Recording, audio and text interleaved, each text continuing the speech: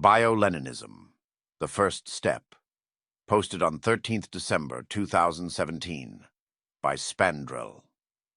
Read by an artificial intelligence, based on the voice of Joshua Graham. This is the second of 3 essays on the topic of biological Leninism, the organizational principle of the contemporary left. Bronze Age warfare used to be about great lords going around in their chariots, shooting arrows here and there, then getting on foot and engaging in single combat. Early samurais also did that. They'd go around on their horses, shouting who they were, their house, their pedigree.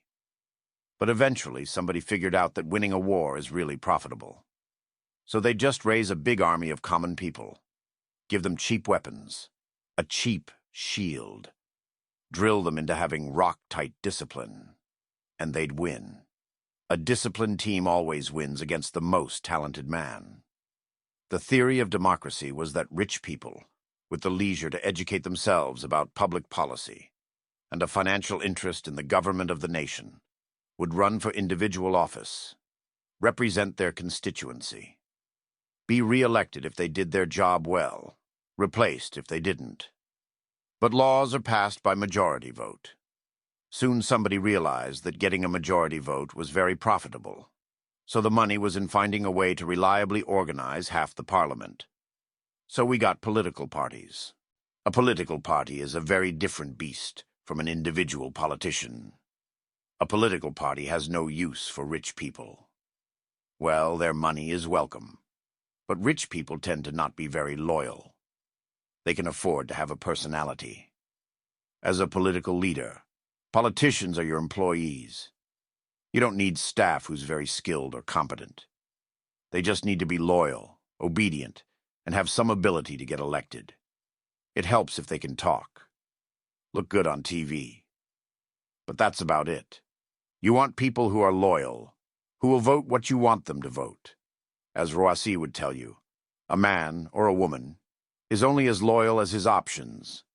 So the ideal politician is the man who doesn't have anything else going on for him. Someone for whom being a politician is the best thing that ever happened to him. Somebody who positively known that if he ever leaves the party, his status would drop. Marco Rubio, say. He'll play ball. He better. Any system ruled by political parties will always move to the left. Their business model is based on getting low-status people to work for them. Obviously, they must give them something in exchange, and they must motivate voters to vote for them. Their promise is simple. You, low-status people, help us out. Vote for us. Obey our commands, and we will give you high status. Don't vote for us. Disobey us. Let the right win, and you will remain low status. Once the left wins, which it always does, because they are better organized, better able to form majorities in comparison to rich pricks who have no good reason to coordinate. High-status people have been in the losing side in politics for 300 years.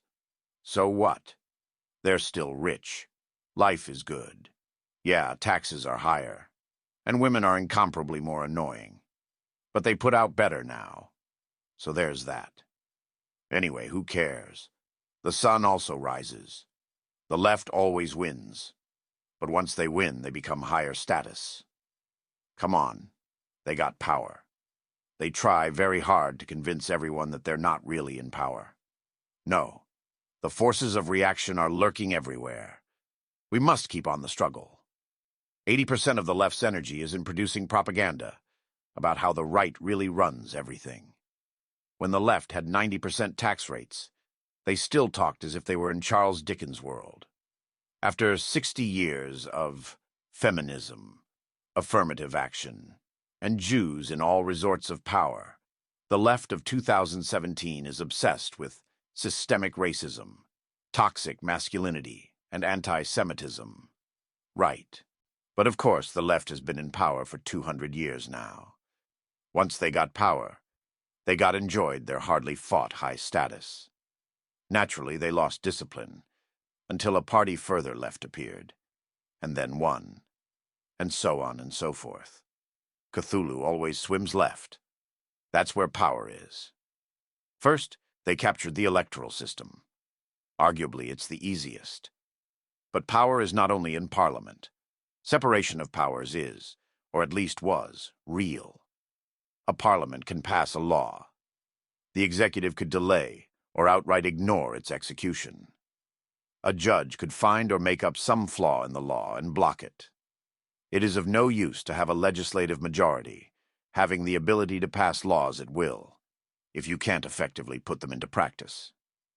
Power is absolute power, or it is no power at all. But where there's a will, there's a way, and there is always someone with a will to power. Eventually, the left found a way. Well, two ways. Stay tuned. Leninism and Bioleninism. Posted on 21st January 2018 by Spandrell. This is the third of 3 essays on the topic of biological Leninism, the organizational principle of the contemporary left. You can find the first part here and the second part here. Happy New Year, everyone. I left a bit of a cliffhanger on my last post, which I intended to resolve in a few days. But I've been pretty busy, not really in the mood to write long form. I'm sorry about that. But do note, this blog is a free service, so I hope you understand it doesn't quite take the priority of my time. Again, there's a Bitcoin address at the sidebar, so if you want me to write more, I'm sure we can arrange something. 2017 has been a quite eventful year. I guess the overall mood was disappointment. Trump didn't get anything done. Doesn't seem like he'll ever get anything done. Europe slowed down the refugee invasion, but not by much. And China has realized that AI makes state control so much easier. It's showing the way in censorship and crowd control. All China is doing will be done on the West in a few years, with the aggravating factor that Western states will use Orwellian tools to jack up bioleninism. Speaking of which, I gotta continue my last post. So we left with the early evolution of Western liberal parliamentary system. In economics, there's this great concept called the invisible hand. In a free environment, if there is money to be made, someone will find a way to make it. Works the same in politics. In a free political environment, if there is power to be grabbed, someone will find a way to grab it. Economics and politics are really quite similar. There's this aspect of economic theory called the theory of the firm. Why do corporations exist? Why can't we all be self-employed? That's kind of how it worked during medieval guild days. Why are we all slaves of huge corporations now? There's many ideas thrown around, but the standard theory is that firms are built because of transaction costs. Basically, in a free market, individual economic actors don't quite trust each other, for good reason. Too many people around, can't really know who's good and who isn't. A hierarchical firm fixes social relations and sets up a structure of trust and responsibility that makes economic action more predictable and safe. The standard liberal theory of politics had it so that all political actors were self-employed. But surprise, surprise, political firms, i.e. political parties, turned out to be way more effective at political action than isolated individuals. And the same way that corporations tend to look for a certain kind of man, not quite the same as the old individual craftsman. Political parties too select for a certain kind of person, one who obeys, who can be trusted. That was the seed of Leninism. And oh boy, did that seed grow. The thing about firms, or any organization really, is that there are no fixed limits in how large they can grow, and how many things they can make.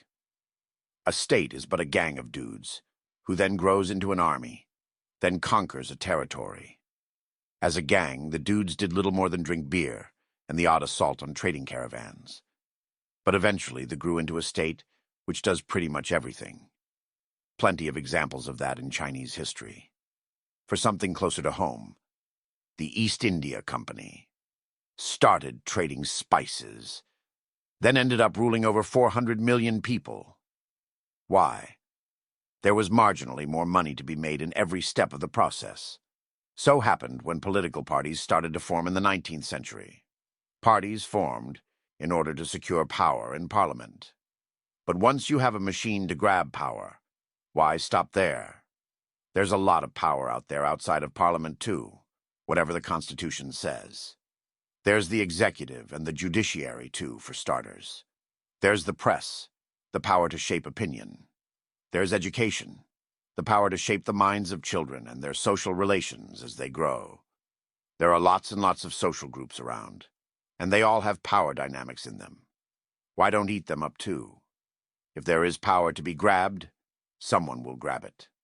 And the liberal revolutions were all about putting power out there in the open, up to grabs. Well, surprise, surprise, people started moving to grab it. And as in the magical invisible hand, which builds up an efficient economy if you only let it do its job, the invisible hand of politics also did its job. Economic firms are built around the pursuit of profit, and they grew through the joint stock corporation. Political parties are built around the recruitment of low status, or compromised, i.e., potentially low status, people. And the promise of delivering high status to followers and voters after power is grabbed. We all know how efficient and sophisticated profit-pursuing mechanisms have evolved. Liberal politics were also this primordial soup, where power-grabbing mechanisms were to evolve. And it didn't take too long for a strong, stable, and hugely contagious mechanism to evolve. Socialism. It was always around, but Marx published the Communist Manifesto in 1848, just the year that the liberal revolutions were killing off all the monarchies across Europe. Socialism refined liberal politics, the same way that double-entry bookkeeping refined business accounting. The base of electoral politics was to promise high status to low-status people. Marx, starting this tradition where semi-assimilated Jews don't get the latent hypocrisy of the host society, didn't quite get the joke of liberal egalitarianism, and just took it to its logical conclusion. You're not supposed to do that, kids. You're supposed to get the joke. But he didn't. Liberty and equality? Okay, let's abolish private property then. Hey, wait a little there. Are you serious? Abolish private property? He couldn't have been serious. I mean, come on. Private property. It's not only the basis of civilization. Even pre-farming tribes have private property. Even monkeys like to own stuff. How insane have you to be to say that private property has to be abolished? Who the hell is going to join that movement? Well, a lot of people. You see, capitalism was a big deal. It changed how the whole society worked. In more concrete terms, it changed what kind of person was high status and who wasn't. Under capitalism, the merchants ruled, and that made a lot of people unhappy. Hey, some people just aren't capable of being successful at capitalism. It ain't that easy. And you know, people are different. It's not their fault if suddenly some shtetl Jew who can't even speak properly is pretty good at making money, and so is suddenly now 1,000 times more high status than he is. When just 100 years ago, he would have been some decent member of feudal society, and the shtetl Jew would have been widely scorned and hated. Not being good at something sucks. So yeah, people were resentful. And socialism catered exactly to that resentment. Of course, socialism didn't have to outright call for the abolition of private property. Feudal society had private property. They could have just called for progressive taxes, widespread welfare, usury laws, that stuff. But why be reasonable when it doesn't really matter? A political party doesn't have to deliver on its promises, least of all a leftist one. A leftist party is by definition fighting against the establishment. If they can't deliver on their promises, they can always blame the powers that be. And people will believe them, because, well, the powers that be have power, or used to. And inertia is a real thing.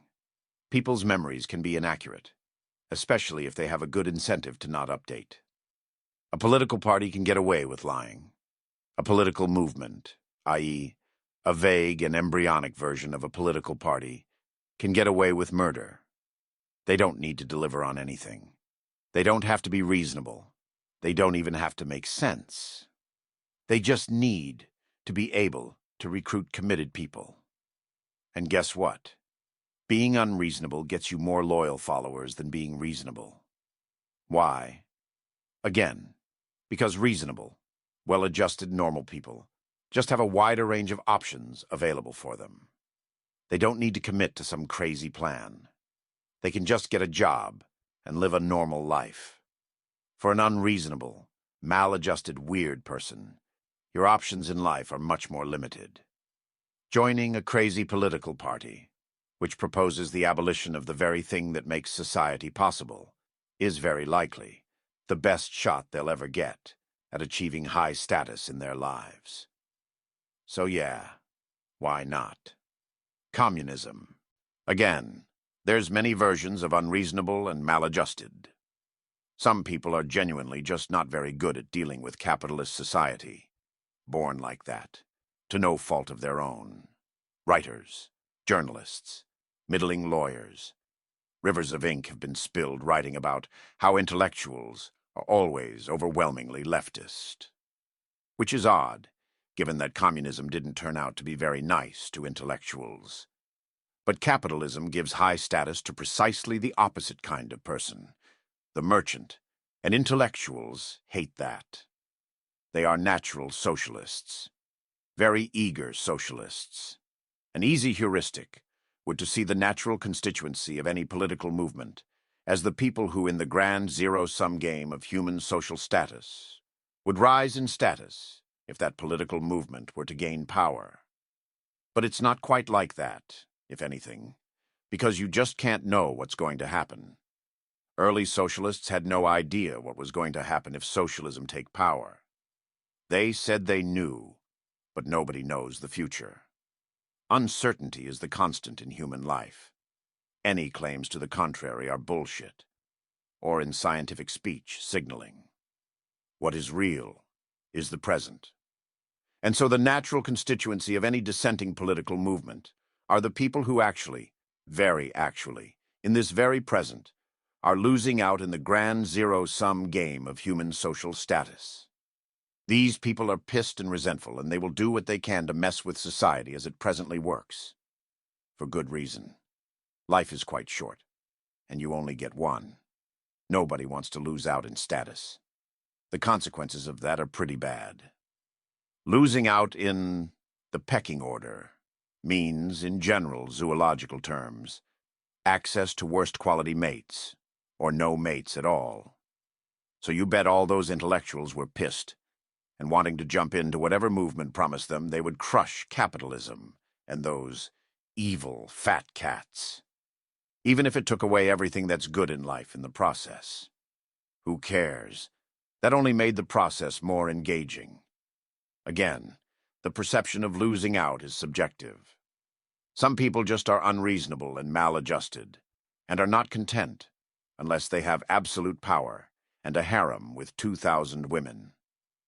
Political movements tend to house a disproportionate amount of those, alongside people who are really losing out to no fault of their own.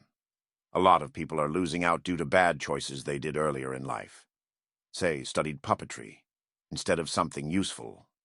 So they are losing out, and it's their own fault.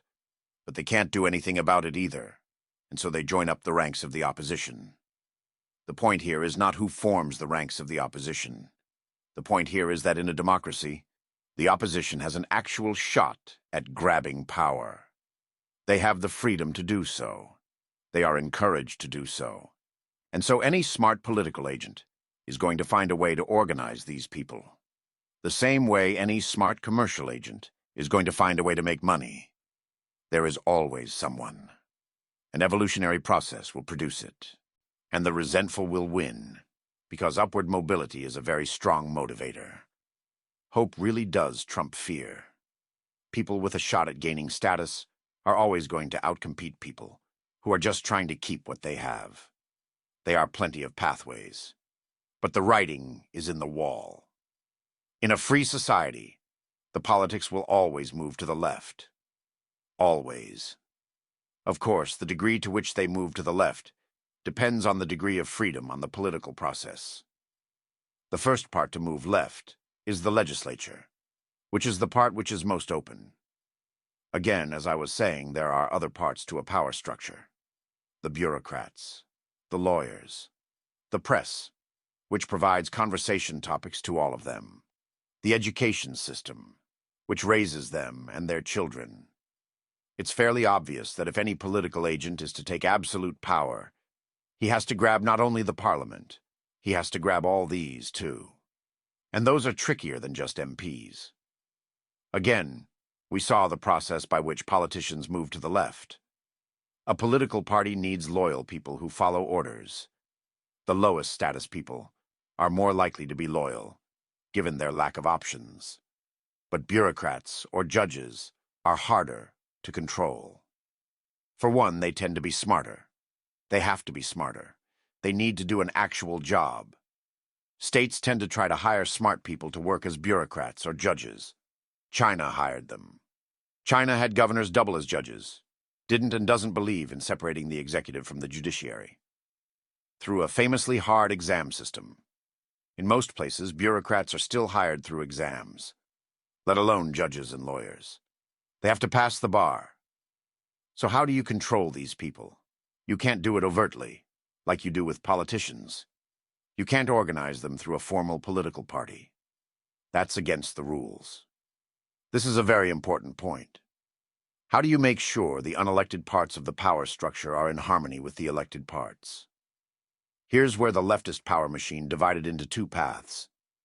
I call it the branching of leftism between formal Leninism and distributed Leninism, which then, for historical reasons, became classical Leninism and biological Leninism. Historically, this maps very well into what Moldbug called the Anglo-Soviet split. Leftism in Russia had been advancing, slowly but steadily, for a very long time. Russia was formerly an absolutist autocracy, ruled by the Tsar.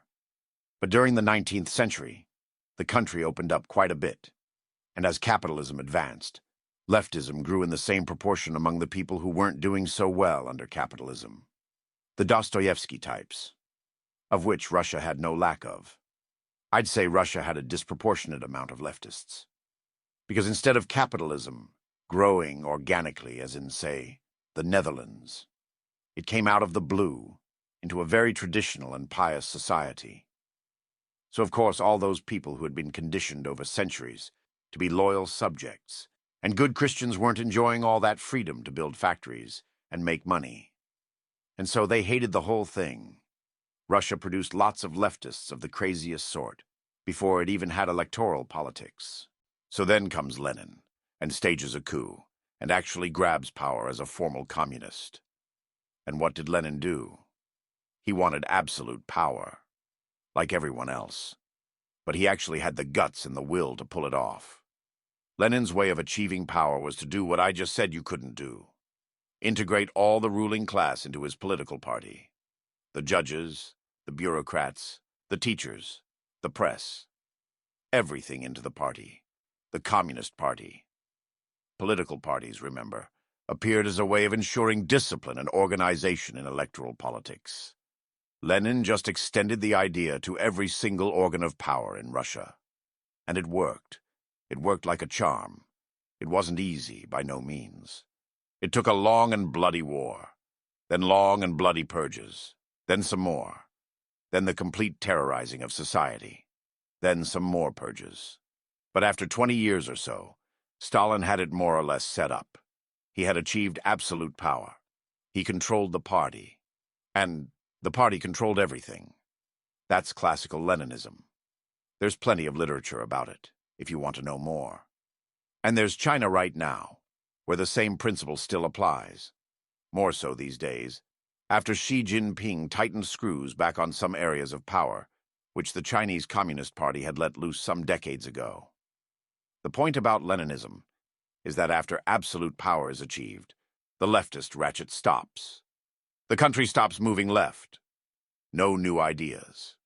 No new catering to low-status people and using them to topple the government. No, none of that. The ever-advancing leftist movement was just a means to an end. The end was power. Once power is achieved, Leftism dissolves. It doesn't disappear. It leaves some residue, in that states always try to have ideological consistency with what they said during their founding. Chinese dynasties framed that as filial piety of emperors following the ideas of Grandpa the Founder. But it's mostly just inertia. This is not how things turned out in Western Europe and North America. No leftist party as such ever achieved absolute power in the West. It just didn't happen. And not for lack of trying, but it didn't pan out. As for why, well, there's my theory back then. Countries which developed capitalism slowly tended to produce less resentful losers than agrarian empires who were thrown suddenly into modernity. That's not quite my original theory. I've read it somewhere else. Maybe someone can remind me who first said it. At any rate, the success of Leninism in Russia and China has plenty of chance in it. Lenin could very easily not have taken power. He could have lost the Civil War. He could have not had that precious Wall Street Jewish money to keep him afloat. No Soviet Russia. No communist China either. But anyway, it did happen. And socialism was very strong in those places, with or without actual takeover. So what happened in the West anyway? There's one guy who thought about it very deeply. For a long, long time. Mostly because he was in jail. So he had plenty of time to study the problem. I'm talking about Antonio Gramsci. He was a communist agitator in Italy who got caught by Mussolini and was sentenced to rot in prison. During that time, he thought a very reasonable problem. Why am I here? Why did I lose? Fucking Lenin did a coup d'etat, and he won. Now he has power. Now look at me rotting in prison. What went wrong? His idea, which was hugely influential, and for good reason, was that the power structure wanted to keep being the power structure, and you couldn't just throw it away and replace it with your boys. You can try your chance in electoral politics, but there's only so many resentful fucks who are willing to vote for the abolition of the very foundation of social life, property, at least in moderately prosperous Western countries. In these kind of places, if you want to take absolute power, you have to colonize the power structure very slowly. You have to influence their minds. You have to change the culture. This sounds very esoteric and spiritual, but it's not. Basically, Gramsci argues that you gotta grab the press and the education system, and slowly but steadily do in every institution with some power what you do in a political party. Political parties work by hiring loyal people, by preying on their low status. Well, find a way into HR of every school, every newspaper, every government department, every judicial board, and to the very same thing, run a distributed covert Leninist party, until you run everything. Sounds easy, huh? No, it sounds complicated like hell. And it was. But not so much. After all, there's fairly obvious economies of scale to influence peddling. A guy knows a guy who knows a guy. The great discovery of the 20th century wasn't atomic power. It was the power of cliques. A few people in positions of power sticking with each other is the most powerful force in the universe. They can make lies become truth. They can make toilets be sold as art. They can make women be combat soldiers. They can do anything. It was quite easy for socialists to get their hand in the media. After all, journalists are all natural socialists. Smartish guys good at writing with no talent for making money. And the same goes for teachers. Teaching doesn't pay very well. And it's exhausting. Why would anyone want to be a teacher? Well, for the greater glory of socialism, that is. So once socialists colonized the education system, the Gramscian distributed Leninist party got most of the job done. After all, the schools are exactly where all the different power centers intersect. Montesquieu must have thought himself very smart, saying that legislators, bureaucrats, and judges should be independent and in constant conflict. Well, yeah. But where do they send their kids to school? To the very same places. And pray tell, cher Marquis, how do you plan on having those judges and bureaucrats and legislators and teachers and journalists and bankers and industrialists, who have all grown up together, shared a secluded life as a unified ruling class. How the hell are you going to make them check and balance each other? That can't work. And it isn't working. They marry each other and send their kids to the same schools. Yeah, they'll do some show and play politics theater. Or kabuki, as the American like to say for some reason. As if only kabuki was fake, and other theaters were real. But in the end, they are an endogamic ruling class, and they know it. Gramsci's program was also called The Long March into the Institutions, a slow but steady cultural revolution. It was complete in most Western countries by the 1960s. And then we know what happened. I guess Gramsci's original plan was to then grab power in a classical Leninist way, a dictatorship of the proletariat of a sort. But the ship had sailed in Western Europe. The workers were rich. They could afford cars and houses and vacations to Florida or Spain. You couldn't motivate them with calls for hanging the capitalists and redistributing their property among the masses. So, the party was up and running. By the 1960s, socialists' cliques, more or less loosely associated with formal socialist parties, were running most schools and most newspapers and most government agencies and most courthouses and most parliaments. But you had to keep them together, keep them loyal and obedient. The classical way, was to get the losers of capitalism, i.e. workers and bureaucrat-inclined people, and promise them high status come the revolution. That had worked pretty well from 1848 to 1948. Hell, they conquered half the world, and were really close to capturing power in much of the West, too. But by 1960 in the West, they needed a new ideology to get people motivated and loyal. So again, what they did was stick to the structure, promise high status to low status people, but change the content, adapt to the times. Western 1960 society was very much not 1860 society. It was much richer, much more equal, and much more pleasant. People worked 8 hours a day. They had cars and TVs. Girls put out pretty easily, and there was always a party to go. Absolutely no point in running a communist revolution. Well, there was the 1968 revolution, with the anti-Vietnam stuff and all that. But that was just a big-ass outdoor party, not a real revolution. It just sounded cool to call it that. The teens from 1968 are now all in positions of power, and they haven't abolished private property. But again, the leftist ratchet isn't a particular set of people. It's a memeplex with a life of its own. A virus evolved to concentrate power, adopting ideas that help in the project, and discarding those that not. Economic socialism, organizing the poor, wasn't working out in the West anymore. But the principle is sound. They just needed to find whoever was low status then. And there is always someone. Status is zero-sum. There's always someone on top, someone on the bottom, even in egalitarian societies. Socialism had really pressured Western society into becoming a quite egalitarian and pleasant society by 1960.